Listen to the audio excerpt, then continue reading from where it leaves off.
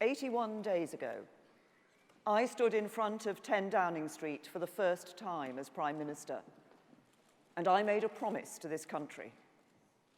I said that the government I lead will be driven not by the interests of a privileged few, but by the interests of ordinary working-class families.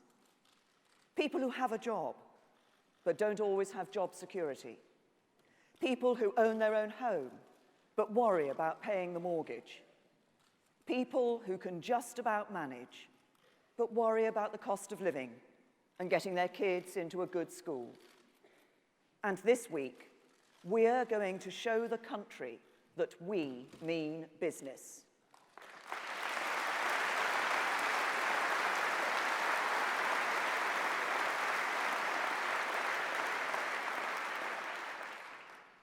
But first today, we're going to talk about global Britain, our ambitious vision for Britain after Brexit. Because 100 days ago, that is what the country voted for. We're going to talk about Britain, in which we are close friends, allies, and trading partners with our European neighbours, but a Britain in which we pass our own laws and govern ourselves.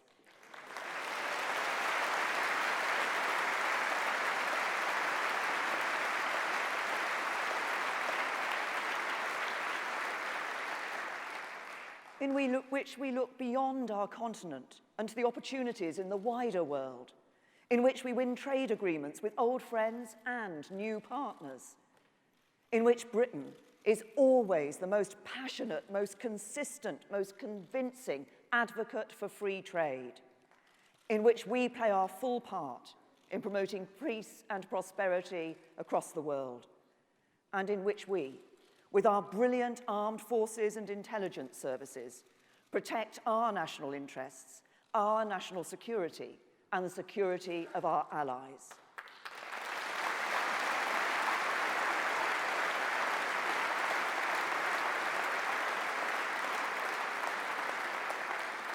So today we're going to be hearing from David Davis, Priti Patel, and Boris Johnson as we start to explain our plan for Brexit.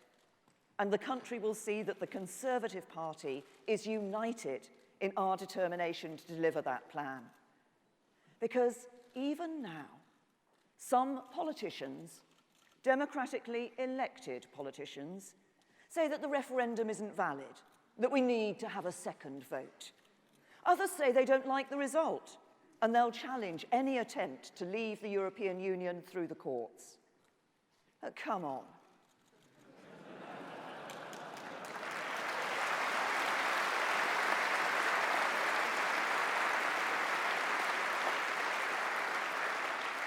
The referendum result was clear.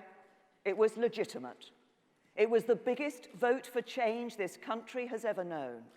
Brexit means Brexit, and we're going to make a success of it.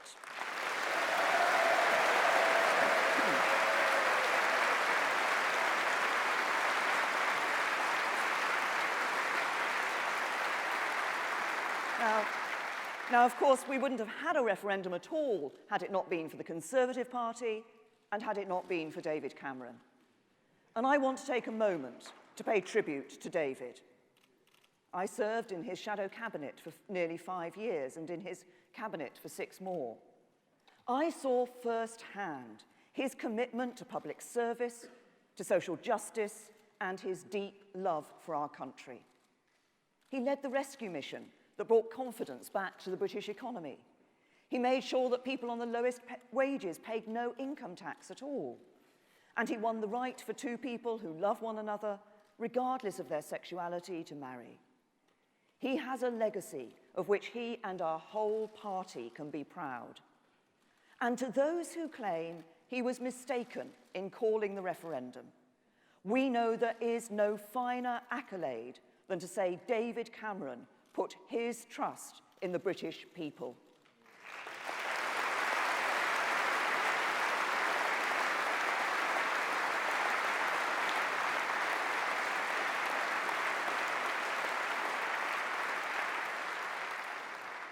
And trust the people we will, because Britain is going to leave the European Union. Now,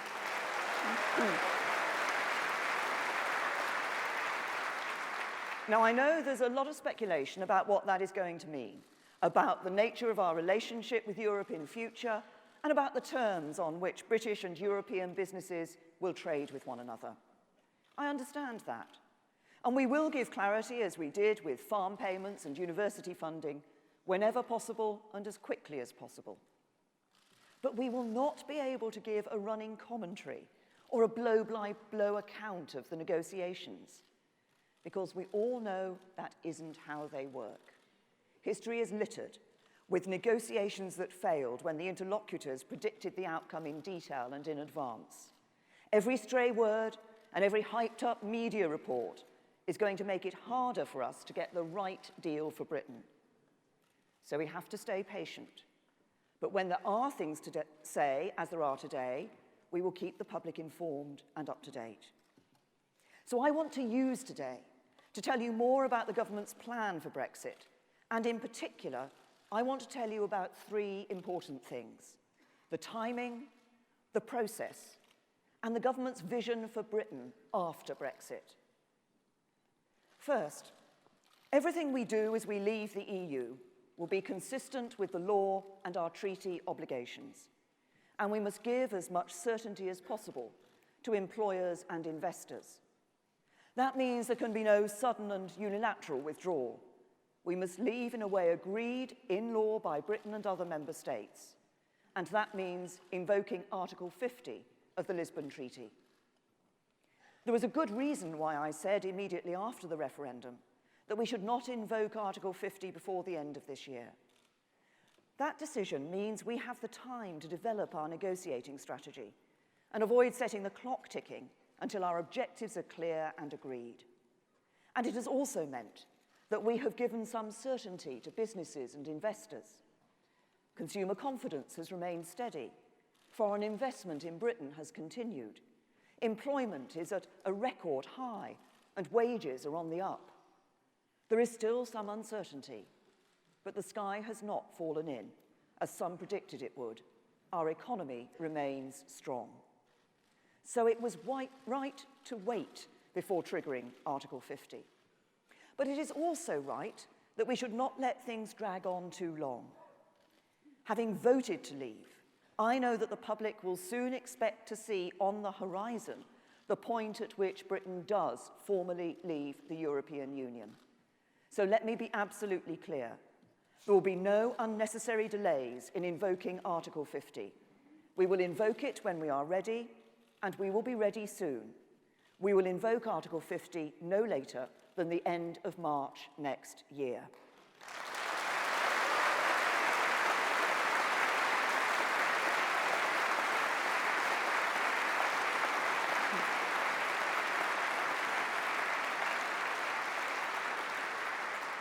Now, I want to tell you a little more about the process for triggering Article 50. The first thing to say is that it is not up to the House of Commons to invoke Article 50, and it's not up to the House of Lords. It is up to the government to trigger Article 50, and the government alone.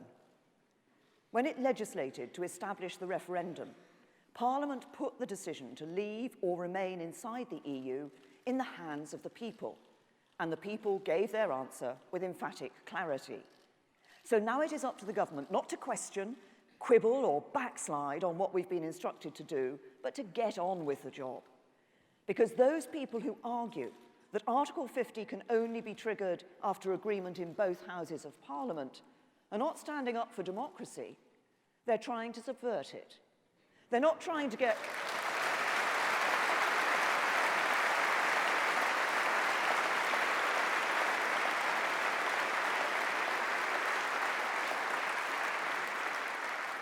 They're not trying to get Brexit right, They're trying to kill it by delaying it.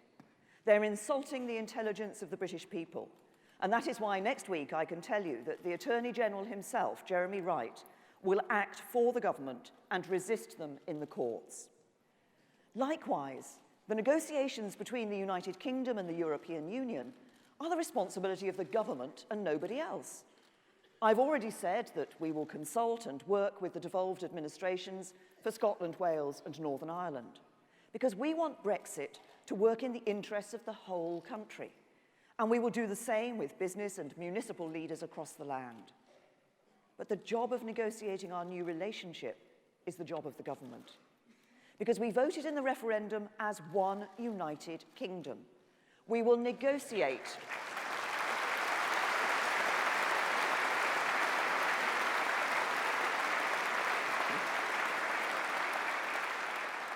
We will negotiate as one united kingdom, and we will leave the European Union as one united kingdom. There's no opt-out from Brexit, and I will never allow divisive nationalists to undermine the precious union between the four nations of our united kingdom.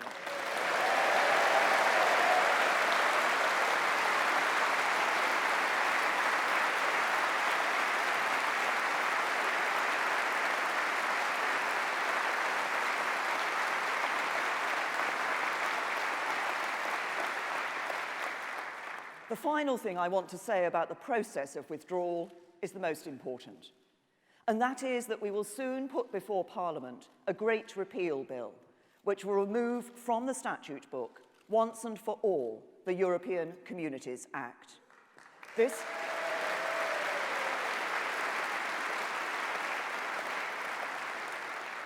This historic bill, which will be included in the next Queen's speech, will mean that the 1972 Act, the legislation that gives direct effect to all EU law in Britain, will no longer apply from the date upon which we formally leave the European Union. And its effect will be clear. Our laws will be made not in Brussels, but in Westminster. The judges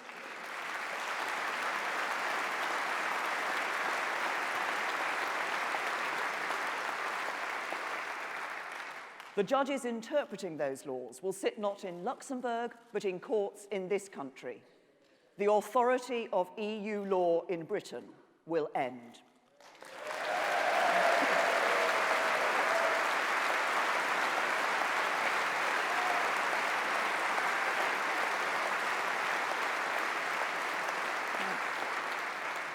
As we repeal the European Communities Act, we will convert the acquis, that's the body of existing EU law, into British law. When the Great Repeal Bill is given royal assent, Parliament will be free, subject to international agreements and treaties with other countries and the EU on matters such as trade, to amend, repeal, and improve any law it chooses. But by converting the acquis into British law, we will give businesses and workers maximum certainty as we leave the European Union. The same rules and laws will apply to them after Brexit as they did before. Any changes in the law would have to be subject to full scrutiny and proper parliamentary debate. And let me be absolutely clear.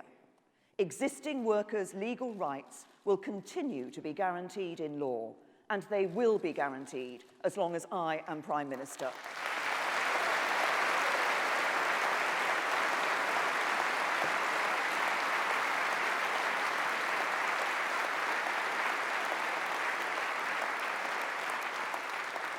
And in fact, as we announced yesterday, under this government, we're going to see workers' rights not eroded and not just protected, but enhanced under the government. Because the Conservative Party is the true workers' party, the only party dedicated to making Britain a country that works, not just for the privileged few, but for every single one of us. So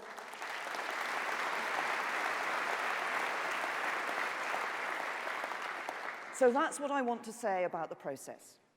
But I want to talk to you about the government's vision of Britain after Brexit, our vision of a truly global Britain. And I want to start with our vision for the future relationship we will have with the European Union. Because in this respect, I believe there's a lot of muddled thinking and several arguments about the future that need to be laid to rest. For example, there's no such thing as a choice between soft Brexit and hard Brexit. The line of argument in which soft Brexit amounts to some form of continued EU membership and hard Brexit is a conscious decision to reject trade with Europe is simply a false dichotomy. And it's one that is too often propagated by people who, I'm afraid to say, have still not accepted the result of the referendum. Because the truth is that too many people are letting their thinking about our future relationship with the EU be defined by the way the relationship has worked in the past. Now, that is understandable. We've been members of the EU for more than 40 years. We've just been through a renegotiation during which we remained members of the EU, and the government sought to keep us members of the EU. But what we are talking about now is very different. Whether people like it or not, the country voted to leave the EU. And that means we are going to leave the EU. We are going to be a fully independent, sovereign country, a country that is no longer part of a political union with supranational institutions that can override national parliaments and courts. And that means we are going once more to have the freedom to make our own decisions on a whole host of different matters, from the way we label our food to the way in which we choose to control immigration. So the process we are about to begin is not about negotiating all of our sovereignty away again. It's not going to be about any of those matters over which the country has just voted to regain control. It is not, therefore, a negotiation to establish a relationship anything like the one we've had for the last 40 years or more. It's not going to be a Norway model. It's not going to be a Switzerland model. It's going to be an agreement between an independent, sovereign, United Kingdom and the European Union. I know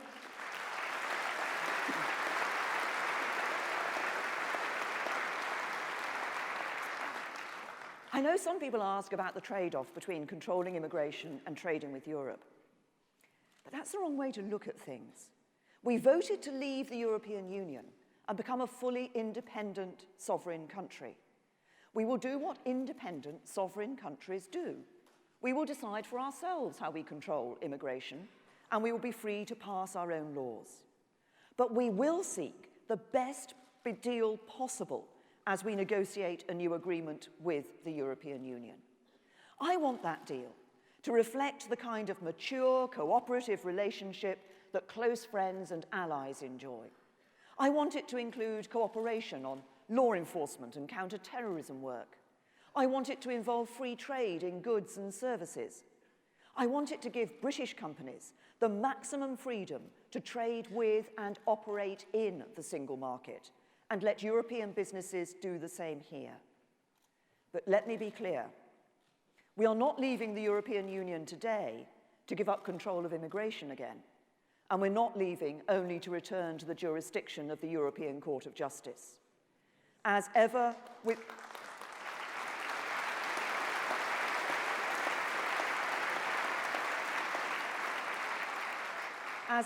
international talks, it will be a negotiation. It will require some give and take. And while there will always be pressure to give a running commentary on the state of the talks, it will not be in our best interests as a country to do that. But make no mistake, this is going to be a deal that works for Britain. But Brexit should not just prompt us to think about our new relationship with the European Union. It should make us think about our role in the wider world. It should make us think of global Britain, a country with the self-confidence and the freedom to look beyond the continent of Europe and to the economic and diplomatic opportunities of the wider world. Because we know that the referendum was not a vote to turn in on ourselves, to cut ourselves off from the world. It was a vote for Britain to stand tall, to believe in ourselves, to forge an ambitious and optimistic new role in the world.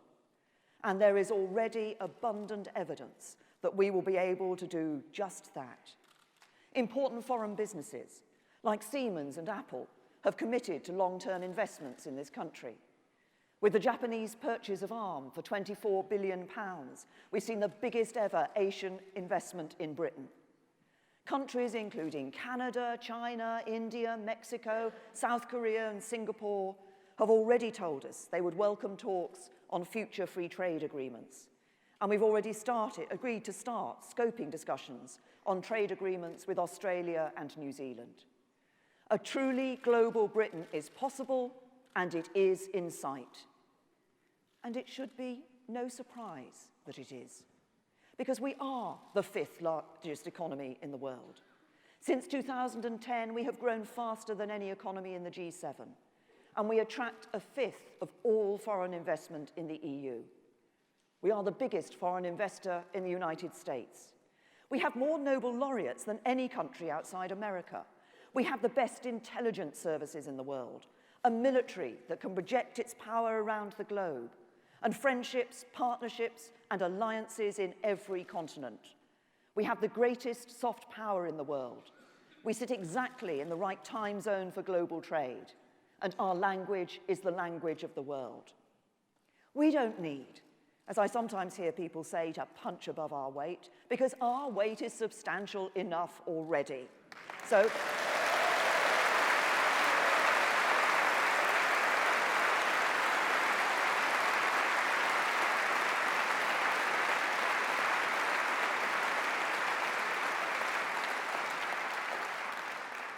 we don't need, as I say, to punch above our weight, but we've got that substantial being as a united kingdom. Let's ignore the pessimists. Let's have the confidence in ourselves to go out in the world, securing those trade deals, winning contracts, generating wealth, and creating jobs.